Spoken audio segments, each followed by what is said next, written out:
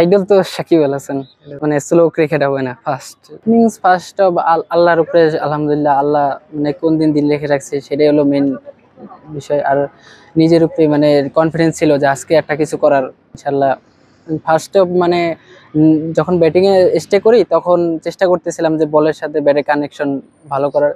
দেন দেখতেছি যে ভালো লাগতেছে, তখন যে পারবো যে আজকে মানে প্র্যাকটিসে বলতে টোটালি অ্যাটাকিং ব্যাটিংই করা হয় সবসময়। অ্যাটাকিং মানে আমার কোচ যে আছে উনি সবসময় বলে যে জামার বা পাওয়ারে কোনো মানে স্লো ক্রিকেট হবে না। ফার্স্ট এখন ক্রিকেট তো আধুনিক হয়ে গেছে, তাই এখন ওইভাবে চেষ্টা করতেছি যে ওইভাবে তাল মিলিয়ে খেলতে চেষ্টা করে যে ওইভাবে পারি। যে এবার ফার্স্ট 18 খেললাম না, বিশ্বাস ছিল মানে টোটালি আরো আগে এগুলো ইনিংস খেলছি, অনেক জায়গায় অনেক বড় বড় টুর্নামেন্টে খেলেছি, তাই বিশ্বাস ছিল যে পারবো। মানে টোটালি বলছিলাম যে দুজনই মানে আজকে ভালো ব্যাটে লাগতেছিল, বলতেছিলাম যে দুইজন মিলে আজকে শেষ করবে, এইটাই আর কিছুই না।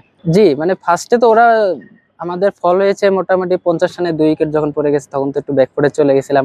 তখন দুইজন মিলে আস্তে আস্তে মানে আমি এক সাইড মানে একটু হিটিং করতেছিলাম, ওকে বলছি তুমি রাখো। এটা তো অবশ্যই টোটালি বলতে মানে ক্যারিবিয়ানদের যে খেলা টুর্নামেন্ট হয় না, সেগুলা দেখতে ভালো লাগে। সেগুলা মানে এই যে পাওয়ার হিটিং মানে যত মানে পাওয়ার হিটিং খেলা হয় তো সেই খেলাগুলো বেশি দেখতে ভালো লাগে।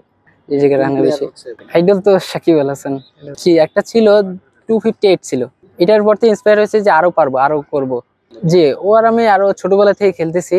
ও ও আমাকে অনেক হেল্প করেছে যে আজকে রান করতে গিয়ে লাস্টে তো আপনার ওভার কম ছিল, ও স্ট্রাইক আমাকে দিয়ে খেলিয়ে আমার মানে রানটা একটু বেশি করাতে হেল্প করেছে। এই তো থ্যাংক ইউ।